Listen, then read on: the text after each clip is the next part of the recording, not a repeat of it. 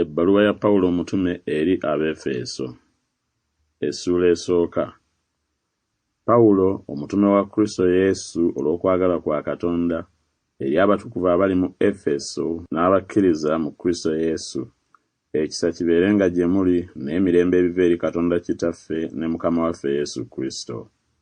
Yeebazibwe Katonda Kitaawe wa Mukama waffe Yesu Kristo, eyatuwa buli mukisa gwonna ogw'omwoyo mu bifo eby'omu ggulu mu Kristo,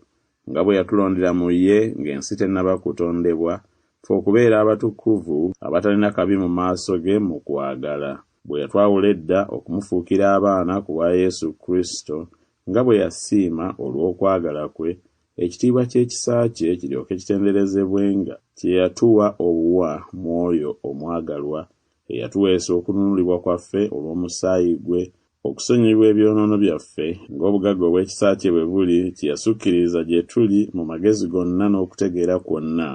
bwe yatutegeeza ekyama eky'okwagala kwe, nga bwe yasiima yekka, nga bwe yamalira edda mu ye, olw'obuwanika obw'omu biro ebituukirivu, okugattira awamu byonna mu Kristo, ebiri mu ggulu n'ebiri ku nsi.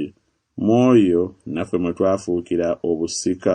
bwe twayawulibwa edda mu kumalirira kw'oyo akoza byonna nga bw'ayagala mu kuteesa kwe, ffe tulyoke tubeere ettendo ly'ekitiibwa kye, ffe abaasooka okusuubira mu Kristo. Era nammwe mu ye bwe mwawulira ekigambo eky'amazima, enjiri ey'obulokozi bwammwe, mu oyo n'okukkiriza bwe mwakkiriza, ne muteekebwako akabonero n'Omwoyo Omutukuvu eyasuubizibwa, gwe musingo gw'obusika bwaffe, okutuusa envuma ya Katonda lw'erinunulibwa, ekitiibwa kye kitenderezebwe. Bwe nawulira okukkiriza Mukama waffe Yesu okuli mu mmwe, era kwe mulaga eri abatukuvu bonna, kyenva sirekangayo okwebaza nga mboogerako mu kusaba kwange, Katonda wa Mukama waffe Yesu Kristo, Kitaffe ow'ekitiibwa, abawa omwoyo ogw'amagezi n'ogw'okubikkulirwa mu kumutegeera ye, nga mumulisibwanga amaaso ag'omutima gwammwe, mmwe okumanya essuubi ery'okuyita kwe bwe riri, obugagga obw'ekitiibwa eky'obusika bwe mu batukuvu bwe buli, era obukulu obusinga ennyo obw'amaanyi ge eri ffe abakkiriza bwe buli, ng'obuyinza bw'amaanyi ge bwe bukola,